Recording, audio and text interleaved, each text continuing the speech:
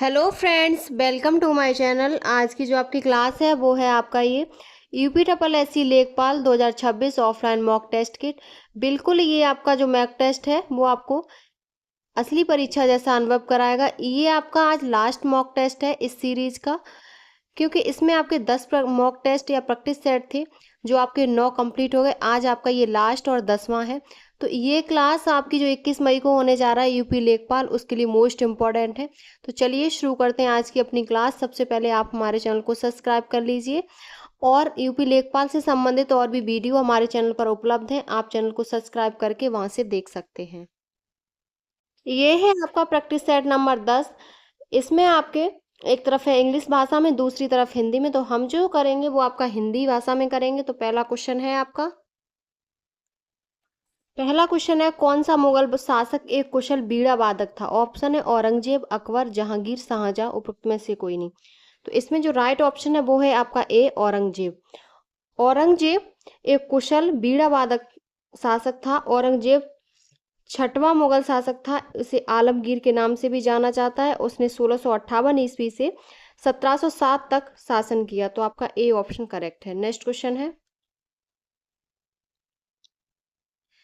निम्न में से कूका किनको कहा गया था? निरंकारी, नामधारी, या अफगानिस्तान के जनजाति लोग, या सिंध क्षेत्र के पलायक, या उपरोक्त में से कोई नहीं।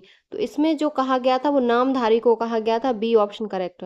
नामधारी को कूका कहा गया था। बाबा राम सिंह ने ही नामधारी आंदोलन चलाया था और इसमें मद्य निषेध, गौमांस निषेध, वृक्ष पूजा और महिलाओं की समानता पर बल दिया गया था। तो बी ऑप्शन आपका करेक्ट है। अगला क्वेश्चन है, जब कांग्रेस नेताओं ने मॉन्टेग्यू चेम्सफोर्ड रिपोर्ट की निंदा की तब कई नरमपंथियों ने किस पार्टी को बनाने के लिए कांग्रेस पार्टी छोड़ी? तो वो थे आपके भारतीय उदारवादी संघ। भारतीय उदारवादी संघ जब 1918 की मॉन्टेग्यू रिपोर्ट सार्वजनिक की गई तो कांग्रेस में इस पर फूट पड़ गई। नरमपंथियों ने इसका स्वागत किया जबकि उग्रवादियों ने इसका विरोध किया। इससे कांग्रेस में फूट पड़ गई और उदारवादी नेताओं ने 1919 में इंडियन नेशनल लिबरल फेडरेशन का गठन किया। तो आपका ए ऑप्शन करेक्ट है। नेक्स्ट क्वेश्चन है,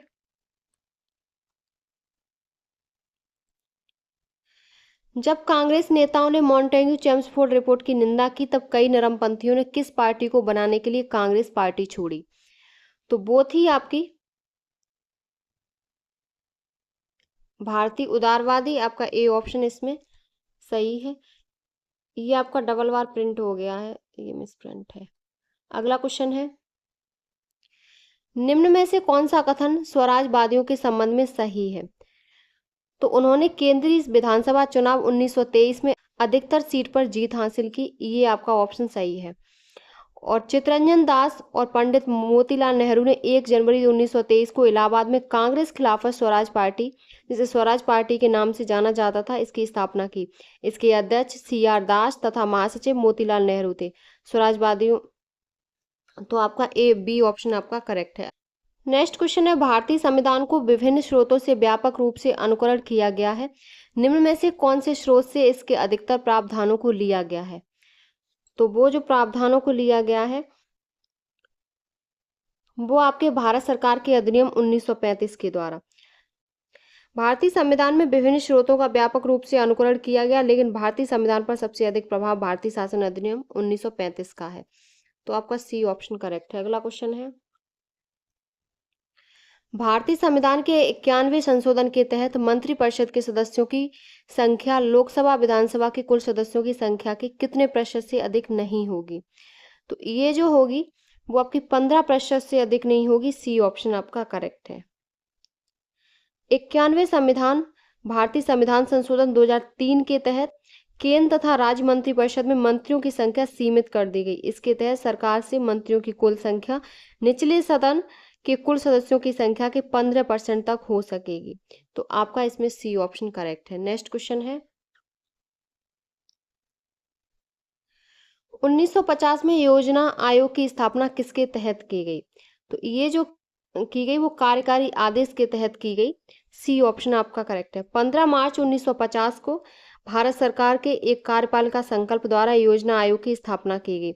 योजना आयोग का अध्यक्ष प्रधानमंत्री होता है और वर्तमान में योजना आयोग की जगह पर योजना योजना आयोग को खत्म करके नीति आयोग बनाया गया है, जिसकी स्थापना 1 जनवरी 2015 को हुई। और ये एक गैर संवैधानिक व गैर वैधानिक निकाय है। तो आपका सी ऑप्शन करेक्ट है। नेक्स्ट क्वेश्चन है,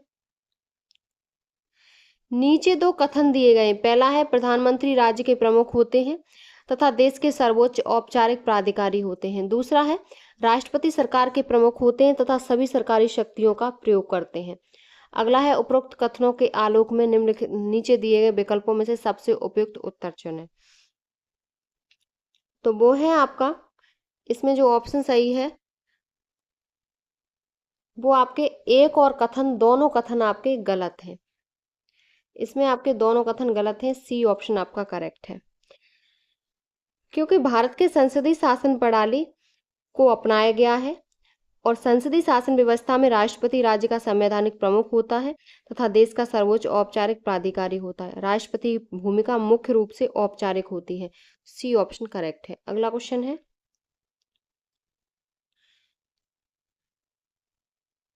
भारत की आकस्मिकता निधि से राशि केवल इसके पश्चात निकाली जा सकती है।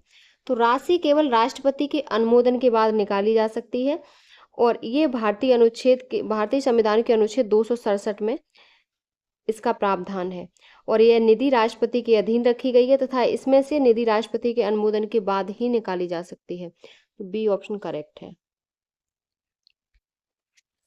नेक्स्ट क्वेश्चन है, निम्नलिखित में से कौन आर्द्रता दलदली और नदीमुख मिट्टी द्वारा समर्थित है?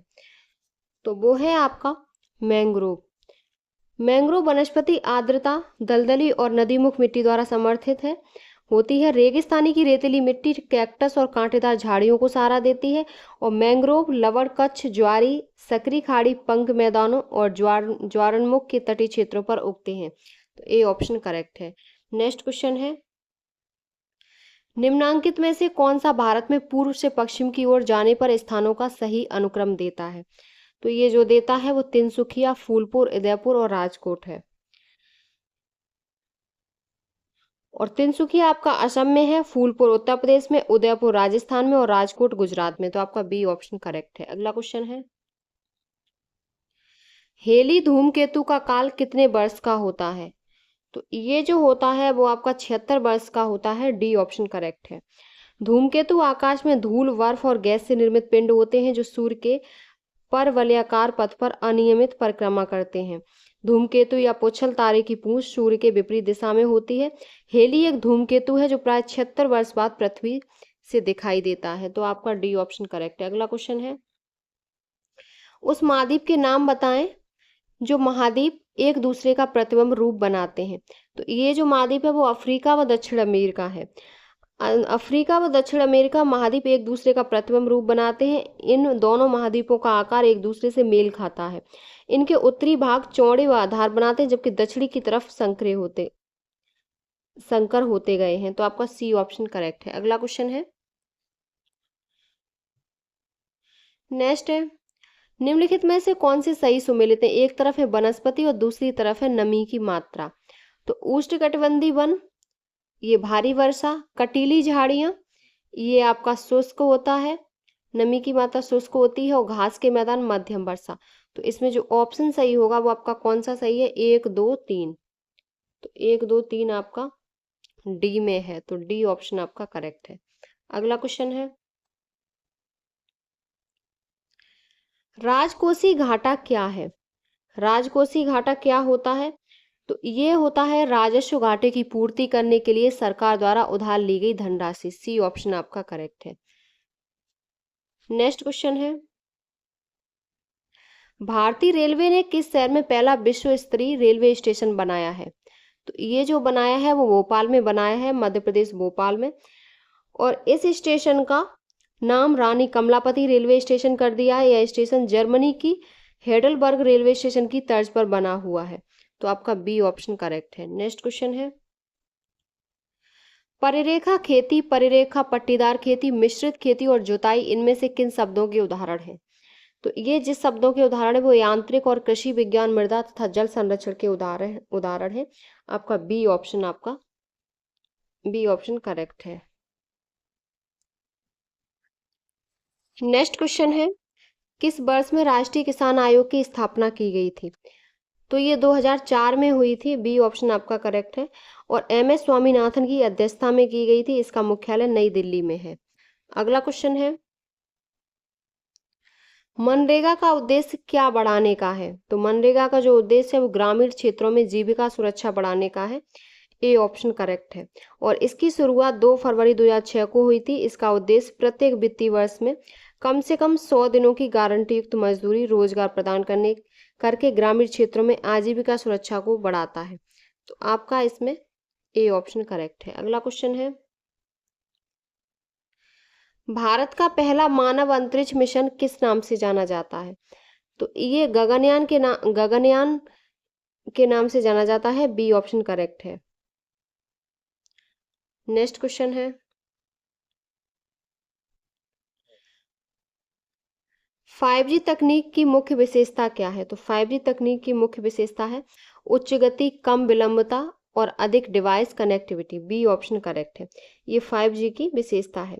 और 5G तकनीकी मोबाइल सेवा इंटरनेट में 5th पीढ़ी की गति को दर्शाता है। इसकी मुख्य विशेषता उच्च गति, कम विलंबता और अधिक डिवाइस कनेक्टिविटी है, बी ऑप्शन करेक्ट है। नेक्स्ट क्वेश्चन है, गगनयान मिशन का संबंध किससे है?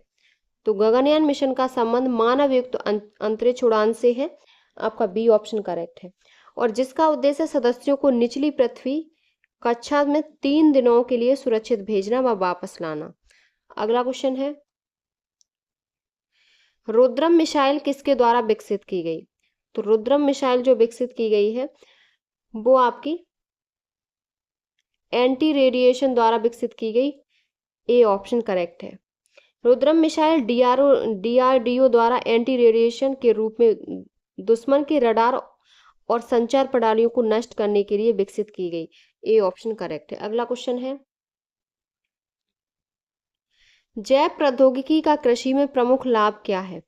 तो इसका लाभ है कीट रोग प्रतिरोधी एवं उच्च उत्पादक किस्में, ए ऑप्शन आपका करेक्ट है। अगला क्वेश्चन है,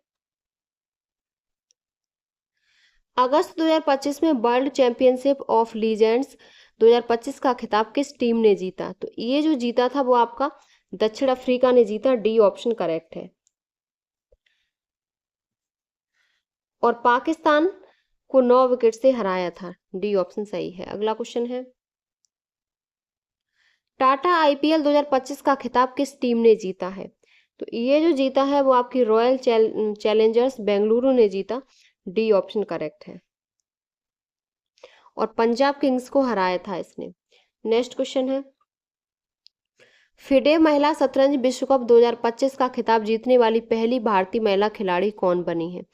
तो ये जो बनी है वो आपकी दिव्या देशमुख बनी है। दिव्या देशमुख ने फिडे महिला शतरंज वर्ल्ड कप 2025 में जीता है। इन्होंने फाइनल में हमवतन कोनेरू हम्पी को ट्राई ब्रेक में हराकर यह खिताब अपने नाम किया।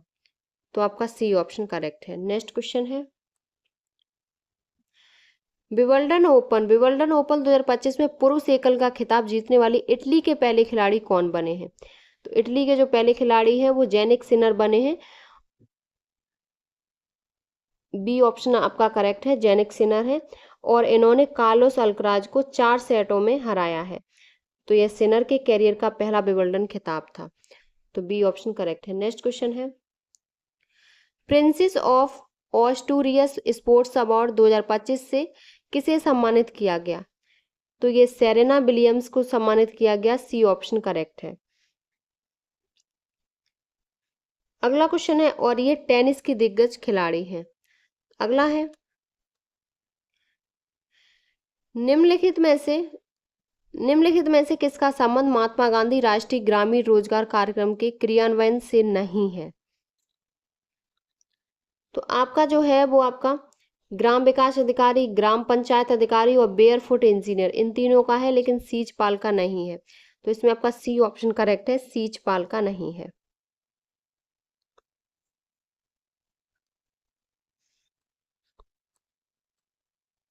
नेक्स्ट क्वेश्चन है, ग्रामीण क्षेत्रों में शहरी सुविधाओं की उपलब्धता का कार्यक्रम कौन सा है?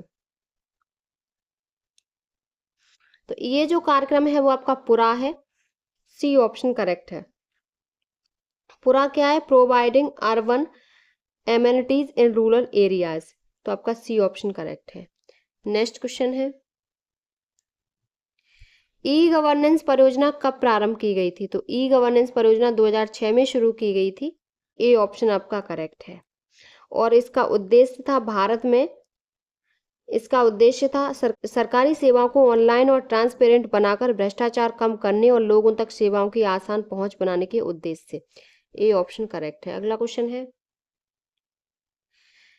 किस समाजशास्त्री ने तर्क दिया कि भारतीय गांव पूरी तरह से आत्मनिर्भर नहीं थे? तो ये जो तर्क दिया था वो आंद्रे बेटेल ने दिया था। सी ऑप्शन करेक्ट है। आंद्रे बेटेल, समाजशास्त्री आंद्रे बेटेल ने कहा कि भारतीय गांव पूरी तरह से आत्मनिर्भर नहीं थे, ये बाहरी बाजारों से जुड़े थे। तो आपका सी ऑप्शन करेक्ट है। नेक्स्ट क्वेश्चन है अगला, विशुद्ध अनुसंधान के बारे में कौन सा कथन सत्य है? तो आपका मूलभूत नियमों की खोज, ज्ञान के लिए ज्ञान की प्राप्ति का लक्ष्य, मौलिक सिद्धांतों की स्थापना, ये सभी है। तो आपका डी ऑप्शन सही है। उपरोक्त सभी कथन सत्य हैं। अगला क्वेश्चन है, भारत सरकार के द्वारा राष्ट्रीय हरित प्राधिकरण का गठन कब किया गया? तो ये 2010 में किया गया। सी ऑप्शन आपका करेक्ट है। 18 अक्टूबर 2010 को। नेक्स्ट क्वेश्चन है, उस राष्ट्रीय उद्यान का नाम बताइए जो हिम तेंदुओं के लिए विश्व प्रसिद्ध है। तो वो आपका हेमिस राष्ट्रीय उद्यान लद्दाख में है ये विश्व प्रसिद्ध है हिम तेंदुओं के लिए। और हेमिस नेशनल पार्क भारत का सबसे बड़ा राष्ट्रीय उद्यान भी है। इसके अतिरिक्त गंगोत्री नेशनल पार्क उत्तराखंड और कंचनजंगा राष्ट्रीय उद्यान सिक्किम और great Himalaya national park Himachal, ये भी इनमें भी हिम तेंदुए पाए जाते हैं। अगला क्वेश्चन है, मिनामाता अभिशमय किस समस्या से निपटने हेतु हस्ताक्षरित किया गया? तो ये जो समस्या है वो आपके पारा Hg मरकरी। मिनामाता को पारा की समस्या से निपटने हेतु हस्ताक्षरित किया गया। इसे कभी कभी चिस्सो मिनामाता रोग के रूप में भी जाना जाता है। यह एक न्यूरोलॉजिकल सिंड्रोम है जो गंभीर पारा विषाक्तता के कारण होता है। तो आपका इसमें डी ऑप्शन करेक्ट है। नेक्स्ट क्वेश्चन है, कौन सी फसल ग्रीन हाउस गैस मीथेन के निकलने से संबंधित है? तो ये जो गैस है वो आपकी धान है। धान में मीथेन गैस निकलती है CH4। बी ऑप्शन करेक्ट है। नेक्स्ट क्वेश्चन है, जैव की नाइट्रोजन निर्धारण का निम्न में से किससे संबंध है? तो ये जो संबंध है वो आपका नीला हरा शैवाल से है, BGA से है। डी ऑप्शन आपका करेक्ट है। अगला क्वेश्चन है, आपदा प्रबंधन अधिनियम 2005 का बहुस्तरीय ढांचा किससे मिलकर बना है? तो ये जो बना है वो आपका राष्ट्रीय आपदा प्रबंधन प्राधिकरण, राज्य आपदा प्रबंधन प्राधिकरण और जिला आपदा प्रबंधन प्राधिकरण तीनों से बना है। तो आपका उपरोक्त सभी, डी ऑप्शन करेक्ट है। अगला क्वेश्चन है,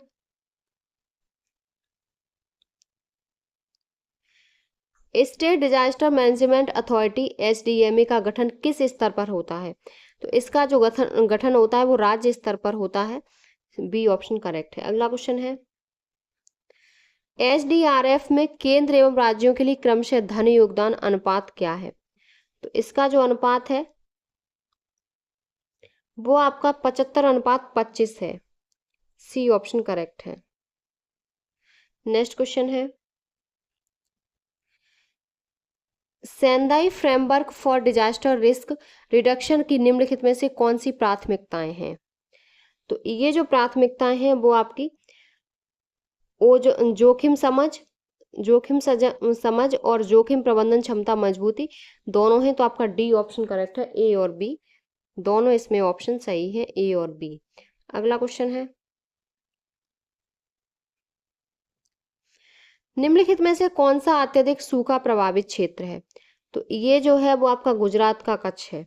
गुजरात का कच्छ अत्यधिक सूखा प्रभावित क्षेत्र है। जब जल तथा नमी की उपलब्धता सामान्य से काफी कम होती है तो सूखे की स्थिति उत्पन्न होती है। तो आपका ए ऑप्शन करेक्ट है। नेक्स्ट क्वेश्चन है, अब आपके मैथ के क्वेश्चन है, जो 46 से 50 तक आपका ये ग्राफ है, इसमें क्वेश्चन है कितने छात्रों ने भूगोल की अपेक्षा इतिहास में ज्यादा अंक अर्जित किए हैं? तो वो आपका 3 है, 3 छात्रों ने, बी ऑप्शन करेक्ट है। अगला क्वेश्चन है निम्न में से किन छात्रों को भूगोल की अपेक्षा इतिहास में कम अंक मिले हैं? तो ये आपके 1, 2, 3 और 6 इन छात्रों को कम अंक मिले हैं। अगला क्वेश्चन है भूगोल में छात्र 3 से 4 के मध्य अंक की प्रतिशत बढ़त है। तो ये जो बढ़त है वो आपकी आंकड़े अपर्याप्त हैं, डी ऑप्शन आपका करेक्ट है। नेक्स्ट क्वेश्चन है इतिहास भूगोल के अधिकतम अनुपात और न्यूनतम अनुपात का अंतर कितना है? तो इसका जो अंतर है वो 1.20 है, डी ऑप्शन करेक्ट है, 1.2। नेक्स्ट क्वेश्चन है छात्र 4 को भूगोल में 60 अंक मिले, उसके इतिहास में अंक है। तो उसके इतिहास में अंक है 75, सी ऑप्शन करेक्ट है। अब है आपका दूसरा पाई चार्ट है आपका, ये आपका दूसरा ग्राफ है जिसमें आपके 55 से लेके 60 तक क्वेश्चन होंगे, 51 से लेके 55 तक। तो इसमें आपका क्वेश्चन है 2020 में प्रत्येक 5 देशों में कच्चे तेल की औसत खपत क्या है? तो इसमें जो औसत खपत है वो आपकी 1680 है, बी ऑप्शन आपका करेक्ट है। नेक्स्ट क्वेश्चन है अगला क्वेश्चन है 2022 में प्रत्येक 5 देशों में कच्चे तेल की औसत खपत क्या है? तो 5 देशों में है वो आपकी 2054 है, सी ऑप्शन करेक्ट है। अगला क्वेश्चन है 2020 में पांचों देशों का एक साथ निर्यात आयात अनुपात क्या है? तो इसका जो अनुपात है वो आपका 1 है, सी ऑप्शन करेक्ट है। इसका निर्यात और अनुपात, निर्यात आयात का अनुपात 1 है। अगला क्वेश्चन है 2020 से 22 तक कच्चे तेल की खपत में प्रतिशत वृद्धि निम्नलिखित में से किस देश में सबसे अधिक है? तो ये जो सबसे अधिक है वो आपकी बांग्लादेश में है, बी ऑप्शन करेक्ट है। नेक्स्ट क्वेश्चन है 2022 में निम्नलिखित देशों में कौन से देश का आयात से खपत का अनुपात सबसे ज्यादा था? तो जो सबसे ज्यादा था वो आपका मालदीव था, डी ऑप्शन करेक्ट है। नेक्स्ट क्वेश्चन है आपका नेक्स्ट आपके हिंदी के प्रश्न है कच्छा शब्द का शुद्ध उच्चारण है। तो शुद्ध है वो आपका इससे बनता है, ककस्सा से, सी ऑप्शन करेक्ट है। अगला क्वेश्चन है कर्मधारय समास का उदाहरण है। तो कर्मधारय समास का जो उदाहरण है वो आपका कर्मधारय जो समास का उदाहरण है वो आपका राजकुमार नहीं पंचक्की है, सी ऑप्शन करेक्ट है। पंचक्की आपका कर्मधारय समास का उदाहरण है और इसका विग्रह होगा पानी से चलती है जो चक्की, सी ऑप्शन करेक्ट है। अगला क्वेश्चन है औपचारिक शब्द में प्रत्यय लगा है।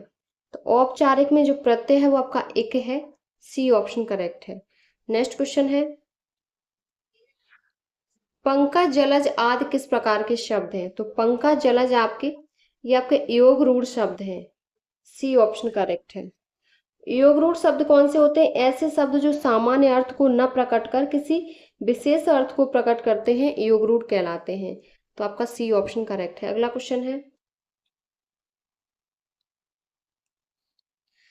दिए गए वाक्य में अव्यय ज्ञात कीजिए, छत पर पक्षी बैठे हैं। तो इसमें जो आपके ऑप्शन सही होगा छत पर पक्षी बैठे हैं, तो आपका संबंध बोधक है, ए ऑप्शन सही है। नेक्स्ट क्वेश्चन है पुरुष और स्त्री का जोड़ा क्या कहलाता है? तो पुरुष और स्त्री का जोड़ा है वो आपका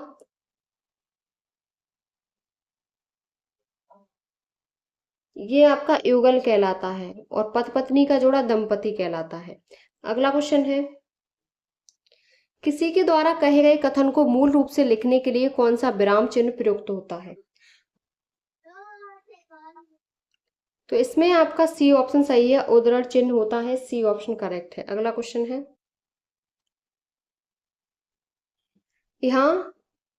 यहाँ प्रदर्शित वस्तुओं को छूना मना है, यह किस प्रकार का वाक्य है? तो ये आपका जो वाक्य है वो आपका निषेधवाचक वाक्य है। यहाँ प्रदर्शित वस्तु को छूना मना है, तो मना तो आपका निषेधवाचक वाक्य है, बी ऑप्शन करेक्ट है। अगला क्वेश्चन है अधिसूचना प्रकाशित होती है, तो अधिसूचना किसमें प्रकाशित होती है, तो सरकारी गजट में होती है। ए ऑप्शन करेक्ट है।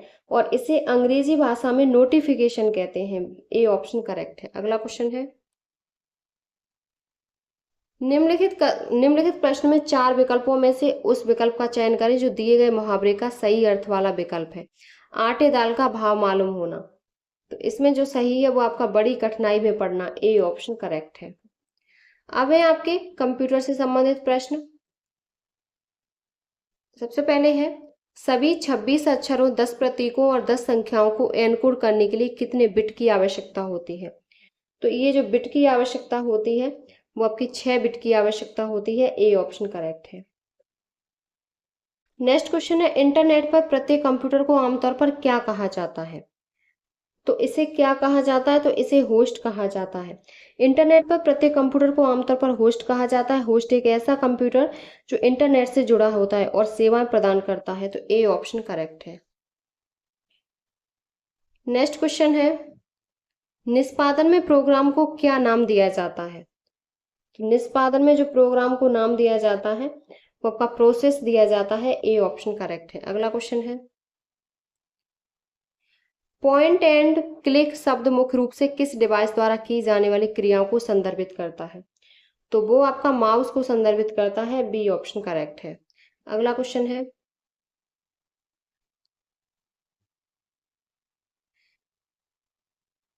कौन सा उपकरण डेटा को मानव पठनीय रूप से परिवर्तित करता है। तो ये जो परिवर्तित करता है वो आउटपुट डिवाइस करता है। ए ऑप्शन करेक्ट है।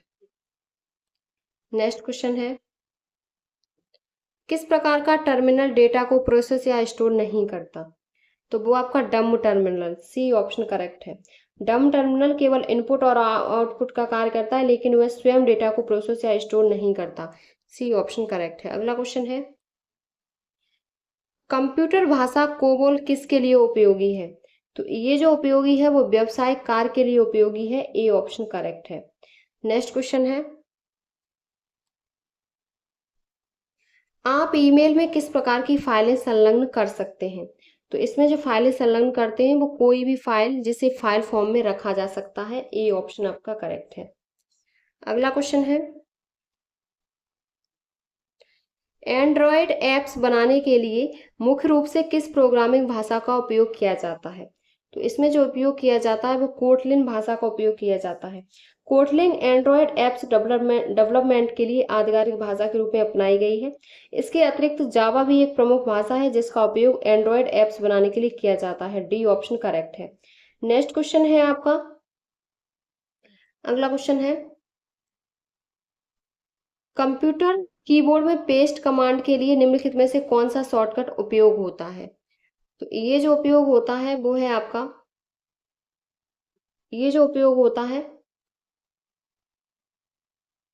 वो आपका कंट्रोल बी होता है। सी ऑप्शन करेक्ट है।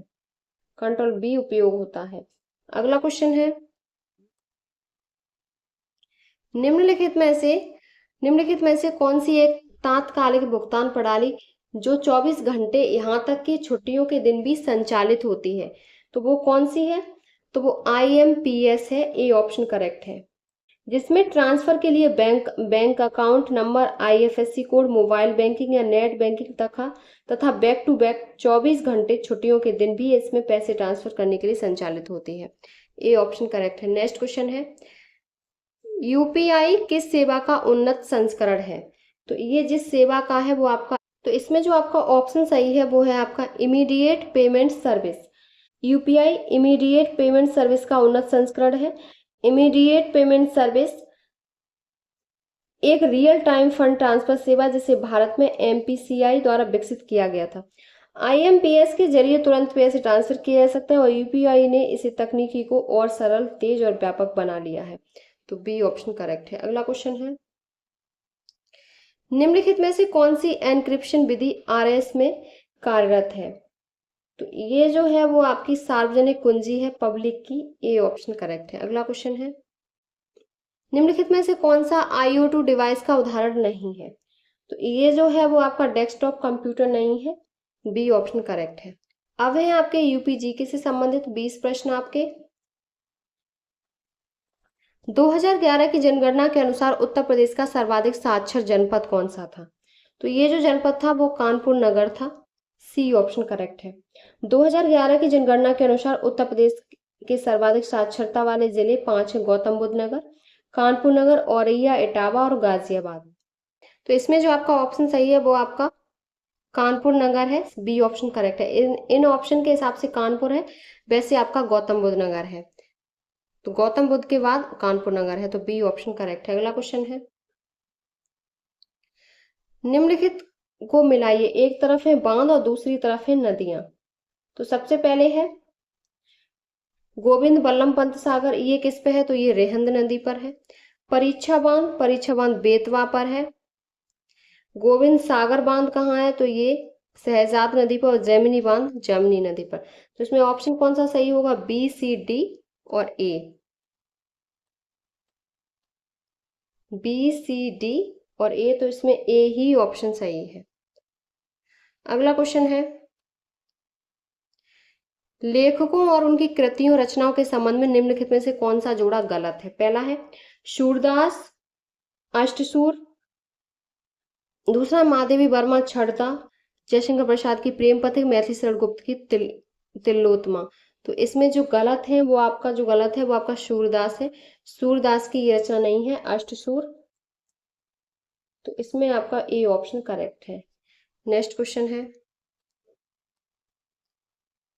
भातखंडी संगीत संस्थान विश्वविद्यालय उत्तर प्रदेश में कहाँ स्थित है? तो ये जो स्थित है वो आपका लखनऊ में स्थित है। ए ऑप्शन करेक्ट है। और इसकी स्थापना 1926 में राय उमानाथ बली ने की थी। इस विश्वविद्यालय राय उमानाथ बली एवं राजराजेश्वर बली संयुक्त प्रांत के तत्कालीन शिक्षा मंत्री थे। उनके प्रयासों से पंडित भातखंडे द्वारा की गई थी। इस विश्वविद्यालय का नाम महान संगीतकार पंडित विष्णु भातखंडे के नाम पर रखा गया है। तो ए ऑप्शन करेक्ट है। अगला क्वेश्चन है, मुगल साम्राज्य के पतन के बाद 1803 में अंग्रेजों द्वारा आगरा शहर पर कब्जा करने से पहले किस सत्ता का नियंत्रण था? तो ये मराठा सत्ता का नियंत्रण था। बी ऑप्शन करेक्ट है। नेक्स्ट क्वेश्चन है, उत्तर प्रदेश सरकार की कौन सी पहल प्रदूषण को कम करने के लिए पेड़ लगाने पर केंद्रित है? तो ये जो है वो आपकी ग्रीन यूपी क्लीन यूपी है। डी ऑप्शन करेक्ट है। अगला क्वेश्चन है, कौशाम्बी किसका एक हिस्सा है? तो कौशाम्बी है वो आपका मिर्जापुर डिवीजन का एक हिस्सा है। नहीं, प्रयागराज डिवीजन का एक हिस्सा है। सी ऑप्शन करेक्ट है, कौशाम्बी। और प्रयागराज मंडल में 4 जिले हैं: कौशाम्बी, प्रतापगढ़, फतेहपुर और प्रयागराज। तो आपका सी ऑप्शन करेक्ट है। अगला क्वेश्चन है, नेक्स्ट क्वेश्चन है, चंदायन मुल्ला दाऊद की एक महत्वपूर्ण अवधि सूफी कृति किन प्रसिद्ध प्रेमियों की कहानी को बताती है? तो ये जो बताती है वो लौरिक और चंदा की प्रेम कथा पर आधारित है। ए ऑप्शन करेक्ट है। नेक्स्ट क्वेश्चन है, उत्तर प्रदेश विधानसभा में कितने सदस्य हैं? तो उत्तर प्रदेश विधानसभा में 403 सीटें हैं आपकी। 403 सीटें हैं, यहाँ 404 है। तो आपका डी ऑप्शन करेक्ट है, 403 सीटें। अगला क्वेश्चन है, जिस जिस जिस प्रदेश सरकार ने किसानों की आय दोगुनी करने के लिए किसान कल्याण मिशन शुरू किया वह प्रदेश है। तो वो कौन सा प्रदेश है? तो वो उत्तर प्रदेश है। ए ऑप्शन करेक्ट है। और इसकी शुरुआत जनवरी 2021 में शुरू किया गया था। ए ऑप्शन करेक्ट है। नेक्स्ट क्वेश्चन है, खेरिया विमानपत्तनम यानी कि हवाई अड्डा कहाँ है? तो ये आगरा में है। ए ऑप्शन करेक्ट है, खेरिया। और आपका वाराणसी में कौन सा है? तो लाल बहादुर शास्त्री। और लखनऊ में, तो लखनऊ में चौधरी चरण सिंह हवाई अड्डा है।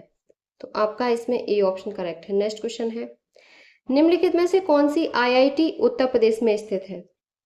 तो वो आपकी आईआईटी बीएचयू है। बी ऑप्शन करेक्ट है। ये आपके उत्तर प्रदेश में। आईआईटी रुड़की आपकी उत्तराखंड में है, भिलाई आपकी छत्तीसगढ़ में और मंडी आपकी हिमाचल प्रदेश में है। नेक्स्ट क्वेश्चन है, निम्नलिखित में से कौन उत्तर प्रदेश की अनुसूचित जनजाति नहीं है? गोंड, तंगखुल, थारू और भील। तो ये तंगखुल नहीं है। तंगखुल अनुसूचित जाति उत्तर प्रदेश में नहीं पाई जाती। तंगखुल आपकी मणिपुर राज्य की है। तो आपका बी ऑप्शन करेक्ट है। अगला क्वेश्चन है, फतेहपुर सीकरी को पहले फतेहाबाद के नाम से जाना जाता था। यहाँ फतेह शब्द का अर्थ जीत है। यह शब्द निम्नलिखित में से किस भाषा से लिया गया है?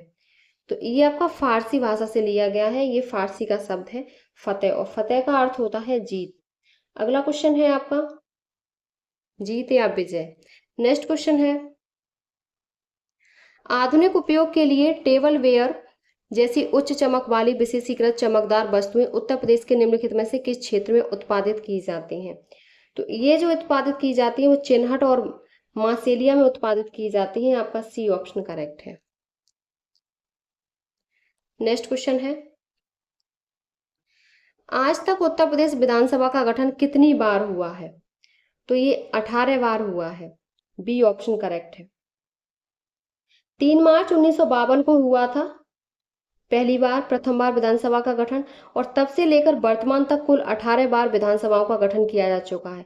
18वीं विधानसभा का गठन 11 मार्च 2022 को किया गया था। इसके अध्यक्ष सतीश महाना जी को बनाया गया है। बनारसी दास एवं श्रीपति मिश्र उत्तर प्रदेश विधानसभा के ऐसे अध्यक्ष थे जिन्होंने उत्तर प्रदेश के मुख्यमंत्री के रूप में भी पदभार ग्रहण किया है। तो आपका इसमें बी ऑप्शन करेक्ट है। अगला क्वेश्चन है, सूची निम्नलिखित का मिलान कीजिए। सूची 1 को सूची 2 से सुमेलित कीजिए। एक तरफ है, सबसे पहले है सरस्वती भवन पुस्तकालय, ये 1914 में। अगला है रामपुर रजा लाइब्रेरी, ये 1974 में। भारती भवन पुस्तकालय 1989 में, और इलाहाबाद पब्लिक लाइब्रेरी ये आपकी 1864 में। तो इसमें जो ऑप्शन सही होगा वो आपका ए ऑप्शन करेक्ट है। अगला क्वेश्चन है,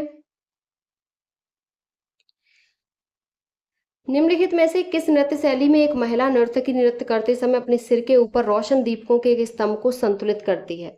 तो वो कौन सा नृत्य है? तो वो आपका चरकुला है।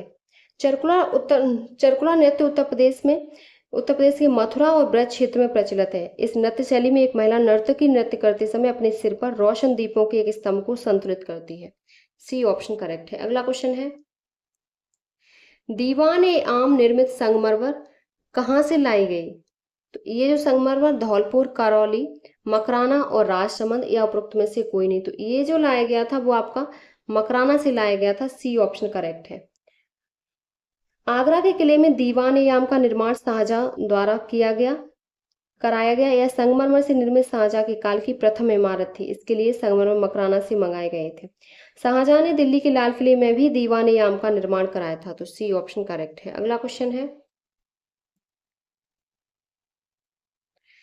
उत्तर प्रदेश सरकार ने एक स्वायत्त संस्था के रूप में अतिरिक्त ऊर्जा स्रोत विभाग के अंतर्गत गैर पारंपरिक ऊर्जा विकास एजेंसी का निर्माण कब किया? तो ये जो निर्माण किया वो अप्रैल 1983 में किया। उत्तर प्रदेश में नवीन एवं नवीनीकरणीय ऊर्जा विकास के लिए अतिरिक्त ऊर्जा स्रोत विभाग के अंतर्गत गैर पारंपरिक ऊर्जा विकास एजेंसी का गठन अप्रैल 1983 में किया गया था। एनईडीए एक स्वायत्त संस्था के रूप में कार्यरत है और एनईडीए को ही यूपी एनईडीए के नाम से जाना जाता है। तो आपका डी ऑप्शन करेक्ट है। ये आपके 100 प्रश्न कंप्लीट हो गए। आज का आपका ये लास्ट मॉक टेस्ट था, 10वां आपका, ये आपका कंप्लीट हो गया। और ये सब जो क्लासें हैं वो आपके लेखपाल के लिए मोस्ट इम्पॉर्टेंट है। और हमारे चैनल पर मॉक टेस्ट ये 10 और भी लेखपाल से संबंधित 2 टो सीरीज और भी मॉक टेस्ट सीरीज उपलब्ध है। आप चैनल को सब्सक्राइब करके वहां से देख सकते हैं। ये सब क्लासें वीडियो सीरीज आपके पेपर के लिए मोस्ट इम्पॉर्टेंट है। आपके इसमें प्रीवियस ईयर क्वेश्चन भी हैं जो कहीं ना कहीं उत्तर प्रदेश में पूछे हुए हैं, और ये आपके मॉक टेस्ट हैं। तो अगर आपको हमारी वीडियो पसंद आई हो तो प्लीज़ चैनल को like, subscribe, share and comment करें।